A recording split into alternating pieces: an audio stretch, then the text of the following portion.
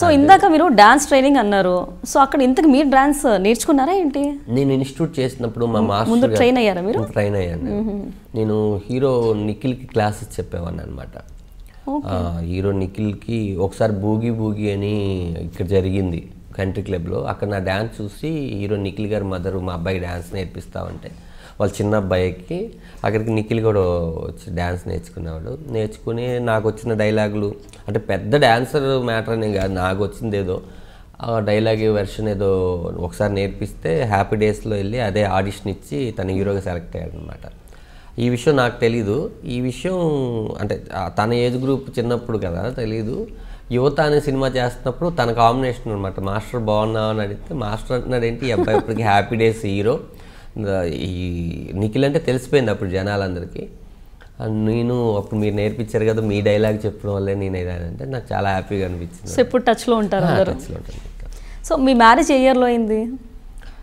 2005 అండి. 2005 స్టార్టింగ్ అయింది. ఎండింగ్ మా అబ్బాయి 9 months 10th monthలో అడుగుపెట్టేశారు. సో ఇద్దరు అబ్బాయిలు. అమ్మాయిలు లేరని అనిపించింది ఎప్పుడైనా? మొన్న అమ్మాయి అని ఎక్స్పెక్ట్ చేశాను, బట్ అబ్బాయి అంటే నాకు బేసిక్గా ఏంటంటే మా మదర్ ఇంకా మా మిస్సెస్, మా నాన్న పుట్టాడు మళ్ళీ అనుకుంటా. మధ్యలో నా ఫ్రెండ్. సో అమ్మ రూపంలో వైఫ్ ఉంది, నాన్న రూపంలో చిన్నోడు వచ్చాడు నాన్న రూపంలో, మధ్యలో నా ఫ్రెండ్. సో హ్యాపీ, చిన్న ఫ్యామిలీ, హ్యాపీ ఫ్యామిలీ. వైఫ్లో మీకు నచ్చే విషయాలు ఏంటి? సహనం ఎక్కువ అండి బాగా.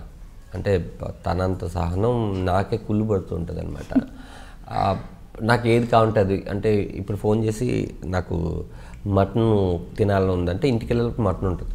అంటే తను ఏ పరిస్థితిలో ఉందో లేకపోతే అది నాకు చెప్పడమో ఏది ఉండదు. నేను వెళ్ళే లోపల ఒక 10 మంది ఫ్రెండ్స్ వస్తున్నారు అంటే భోజనం, అర్ధరాత్రైనా సరే లేపేసి నాకు ఆకలేస్తుంది అని. అంటే ఎవ్రీథింగ్. నేను ఇప్పుడు వచ్చేటప్పుడు కూడా బ్యాంక్ పనులు ఏమున్నాయి నువ్వు వెళ్ళంటే నాకు చిరాకు ఉందంటే తను వెళ్ళి దగ్గర నుండి బ్యాంక్ పనులు చేసుకొని నువ్వు సంతకం పెడితే చాలరా బాబు, నువ్వు వచ్చి సంతకం పెట్టి నేను చూసుకుంటాను అంటే నేను చాలా బద్దగస్తుంది. తను నాకు ఆపోజిట్ అనమాట. తనలో సహనం అన్నీ లేకపోతే ఈ 10 years నా మ్యారేజ్ లైఫ్లో 11th yearలోకి అడుగు పెట్టాను. ధనరాజ్ ఇలా ఉన్నాడంటే ఈరోజు ఇంత సక్సెస్గా ఉన్నాడంటే నా వెనకాల డెఫినెట్గా మా ఆవిడ 100% ఉంటుంది. 100% మా అమ్మ తర్వాత మా అమ్మ. సో నచ్చింది ఏదైనా ఉందా? నచ్చింది ఏంటంటే తొందరగా తిట్టేస్తుంది. అంటే నేనేమంటానంటే నాకు ఎక్కువ ఆగు, నేను చెప్పేది మొత్తం నేను సోది చెప్పకు, నువ్వు ఇలా చేసావు ఇది కరెక్ట్ కాదు ఇది కొద్దిసేపు తర్వాత మళ్ళీ వచ్చి సారీ చెప్పలేదు అంత ఉంటుంది. నేను కూడా ఏదనుకుంటానంటే భార్యాభర్తలు అంటే యాక్చువల్లీ ఫ్రెండ్స్ ఎలా ఉంటారో అలా ఉండాలి. గొడవ పడుతూ ఉండాలి, నవ్వుకుంటూ ఉండాలి, అర్థం చేసుకుంటూ ఉండాలి, తిట్టుకుంటూ ఉండాలి, లేకపోతే ఆ మజా ఉండదని నా ఫీలింగ్ అనమాట. లైఫ్లో అన్ని ఫేజెస్ చూడాలి, ఫేజెస్ చూడాలి. సో అన్ని చూస్తున్నారు, అన్ని చూస్తుంటాను బాబాయ్. కొడతారా ఏంటి మీ వైఫ్ ఎప్పుడైనా? భయమా? అసలు ఎవరెవరికి భయపడతారు? నేనే మా ఆవిడకి భయపడతాను. నిజంగా ఒప్పేసుకున్నారు? నేను కనుక్కోవచ్చా? ఎప్పుడైనా కనుక్కోవచ్చు. మా ఆవిడకి నేను అంటే ఎవరికో ఒకరికి ప్రపంచంలో ఒకరికి భయపడాలి. ఒకళ్ళు మనం భయపడుతున్నామంటే ఇంకొక తప్పు చేయము. మనం ఎవరికి భయపడలేదంటే బోల్డ్ అని తప్పులు చేసేస్తాం. కాబట్టి నా భయాన్ని నేనే క్రియేట్ చేసుకున్నాను మా ఆవిడ రూపంలో. Very good. So big boss నాకు తెలిసి ఎలిమినేషన్ ఫైనల్ లాస్ట్ డే రోజు కదా మీ బాబు పుట్టింది. సో సుకుమార్ గారి పేరు పెట్టుకున్నా విన్నాం, అది నిజమేనా? అది పెద్ద అబ్బాయి అండి. పెద్ద అబ్బాయి పేరు పెట్టారా? పెద్ద అబ్బాయికి సుక్కురామ్ అని పేరు పెట్టారు. అంటే జగడంలో డైరెక్టర్ సుకుమార్ గారు, హీరో రామ్ కలిపి సుక్కురామ్ అని పెట్టారు. ఓకే. సో రంగస్థలంలో ఏమైనా చేస్తున్నారా? లేదండి, అదేం లేదు. అంటే పేరు పెట్టాం కదా అని క్యారెక్టర్ అడుగుతుంటారు. సుకుమార్ గారు ఏంటంటే ఈ క్యారెక్టర్కి ధనరాజ్ అవసరం అంటే ఆఫ్రికా అడవుల్లో ఉన్నా కూడా ధనరాజు కాదు ఎవరున్నా కూడా తీసుకొచ్చేస్తాడు. ఆయన స్క్రిప్ట్నే నమ్ముతాడు. స్క్రిప్ట్కి అది టైలర్ మేడ లేకపోతే ఆ క్యారెక్టర్ ఎవరు చేయాలో వాళ్ళనే తీసుకుంటారు. ఏదో మొహమాటానికి వెళ్ళి తీసే సినిమా డైరెక్టర్ కాదు ఆయన. సో బిగ్ బాస్లో మీ ఎక్స్పీరియన్స్ ఎలా ఉంది? బిగ్ బాస్ అనేది ఎన్ని కోట్లు ఖర్చు పెట్టినా కూడా అలాంటి ప్లాట్ఫామ్ మనం క్రియేట్ చేసుకోలేమండి. నాకు తెలిసి ప్రపంచంలో ఉన్న వాళ్ళందరూ బిగ్ బాస్ ఆడుతూనే ఉంటారు బయట కూడా. కాకపోతే ఇక్కడ మనకు బోల్డ్ అని వసతులు ఉంటాయి. అంటే నేను కోమలి గారితో నాకు గొడవ అయింది అనుకోండి, నేను మళ్ళీ కోమలి గారితో మాట్లాడాల్సిన అవసరం లేదు. ఎందుకంటే నాకు ఇంకొక ఫ్రెండ్ ఉంటారు, మొబైల్ ఉంటుంది, ఇంటర్నెట్ ఉంటుంది, నేను ఈ మైండ్ని తీసేయగలను.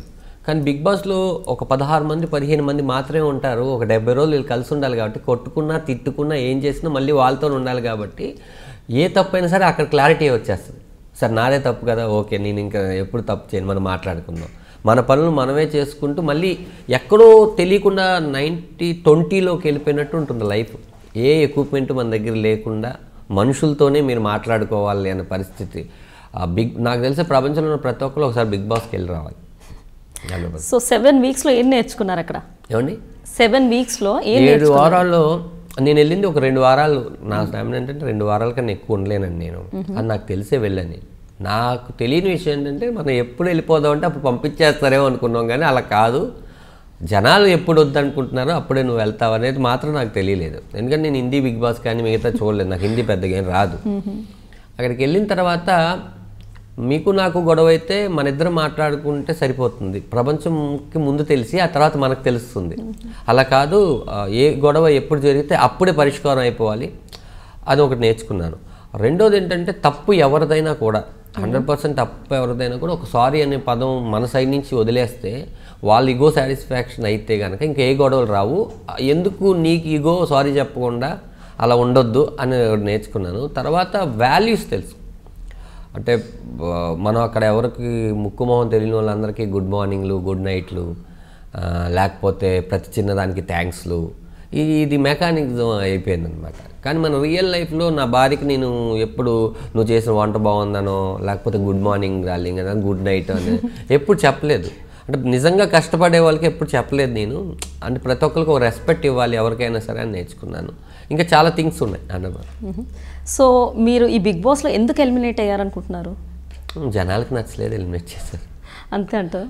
అంటే నేనే చాలాసార్లు రిక్వెస్ట్ చేసుకున్నాను, నన్ను మా బాబు పుట్టుతున్నాడు, మీరు ఓటేసి నన్ను ఉంచకండి, నన్ను సేవ్ చేయొద్దని నేను చాలా ఎపిసోడ్లు చెప్పాను. ఎందుకంటే ఐ నో నేను వెళ్ళే డేకి తెలుసు మా అబ్బాయి డెలివరీ డేట్. Okay okay. అది ఏమైందంటే ఒక 10 రోజులు అవతల జరగాల్సింది ముందే జరిగింది. కరెక్ట్గా ఏం జరిగిందో తెలీదు. నా ఎలిమినేషన్ రోజు స్టేజ్ మీద మా మిస్సెస్ ఫోన్ చేస్తే తారకన్న చెప్పారు నీకు బాబు పుట్టిందని ఈరోజు మార్నింగ్ అని. సిమ్టమ్స్ నాకు అనిపించింది మనకి ఏదో థాట్ ఉంటుంది, మన మనసు మాత్రం ఇంట్లో పెట్టేసేసి మనిషిగా మాత్రం అక్కడ ఉంటే ఏం సరిపోతుంది, నాకు అలాగే అనిపించింది. సో ఎన్టీఆర్ గారి గురించి చెప్పమంటే ఏం చెప్తారు? ఎన్టీఆర్ గారి గురించి చెప్పాలంటే ఒక బిగ్ బాస్ కాదండి, ఎన్టీఆర్ గారు ఎలిమినేట్ అయిపోయిన తర్వాత అంతకుముందు నేను ఆయనతో యాక్ట్ చేయడం కానీ లేకపోతే పర్సనల్గా కలవడం కానీ ఏం చేయలేదండి. ఎప్పుడు ఊసర వెళ్ళి బృందావన్ దాంట్లో నేను వేణు కలిసి కామెడీ స్కిట్ చేసాం, అప్పుడు ఆయన నవ్వడం బాగా చేశారన్న అంతే. కానీ ఎప్పుడు నేను ఆయన లైఫ్ చెప్పారు నాకు. అంటే ప్రతి ఆదివారం మా 13 మందో లేకపోతే 14 మందో బిగ్ బాస్ హౌస్లో ఉంటాం కదండి, మా మొహాలు కాకుండా ఇంకొక మొహం ఎవరిదైనా చూడాలంటే తారక్ గారిది. ఆయన ఇచ్చే ధైర్యమే మాకు 1 వీక్ అక్కడ సర్వే అవ్వడానికి కుదురుతుంది. ఆ 1 వీక్ ఆయన చెప్పే విషయాలు చాలా బాగుంటాయి. అంటే ఒక హీరోగానే కాదు తారక్ అన్న, అంటే ఒక మనిషిగా ఇంకొక మనిషిని ఎలా ఉండాలి, నువ్వు ఎందుకు ఉండాలి, ఆయన చాలా మంచి విషయం చెప్పారు. ఎలిమినేట్ అవ్వగానే చూడదనరా నువ్వు ఎక్కడో తాడేపల్లి గుడి నుంచి వచ్చావు, ఇక్కడి నుంచి నీ కెరియర్ మళ్ళీ పోతే మళ్ళీ తాడేపల్లి గుడికి పోతావు, కానీ మళ్ళీ స్టార్ట్ చేస్తావు, నీకు తాడేపల్లి గుడి అనేది ఉంది. అలా లేని వాళ్ళు కూడా చాలామంది ఉన్నారు. ఎంతోమంది నీకన్నా నాకన్నా ఎంతోమంది కృష్ణానగర్ ఇంద్రనగర్ టాలెంటెడ్ పర్సన్స్ ఉన్నారు. కానీ వాళ్ళకి రాని ఒక ఛాన్స్ మనకు వచ్చిందంటే ఎక్కడో ఇంత అదృష్టం ఉంది మనకి. ఎంత టాలెంట్ ఉన్నా ఇంత అదృష్టం ఉండాలి మనకి. ఆ అదృష్టం మనకి ఈరోజు వచ్చింది, దాన్ని కాపాడుకోవాలి. నాకు ఎవ్రీ మూవీ ఒక ఫస్ట్ సినిమా లాగే అనిపిస్తుంది. నీకు కూడా ఈ లైఫ్ బిగ్ బాస్ తర్వాత నుంచి ప్రతిరోజు ఇదే మళ్ళీ తాడేపల్లి గుడి నుంచి పారిపోయి వచ్చిండే అనిపించాలి. చాలా మంచి విషయాలు చెప్పారండి ఆయన. ఒక ధైర్యం తారకన్న. ఇప్పటివరకు ఎన్ని ఫిలిమ్స్ చేశారు మీరు? లెక్కట్లేదండి కరెక్ట్గా. ఓసారి ఎప్పుడు వికీపీడియా చూసుకొని మనం కూడా చూసుకుందాం అనుకుంటే అది తర్వాత రిలీజ్ అయినాయి అవని కొన్ని అవ్వవు కదండి పరిస్థితులను బట్టి, ఒక 110 పైన చేసి. సో మీ వికీపీడియా రాంగ్ చూపిస్తుంది అయితే 47+ అంటే అది రిలీజ్ అయినాయి మాత్రం పెట్టి ఉంటుందండి. అది కాకుండా కొంచెం జనాలకు తెలిసిన సినిమాలే పెడతారు. నేను కూడా వికీపీడియా చూసి ఏంటి ఇది ఇన్ని తక్కువ పెట్టారు అనుకున్నా. ఆయన కొంచెం రాంగ్ ఇన్ఫర్మేషన్ కూడా ఇస్తున్నారు కొన్ని, చూసాం అది కూడా.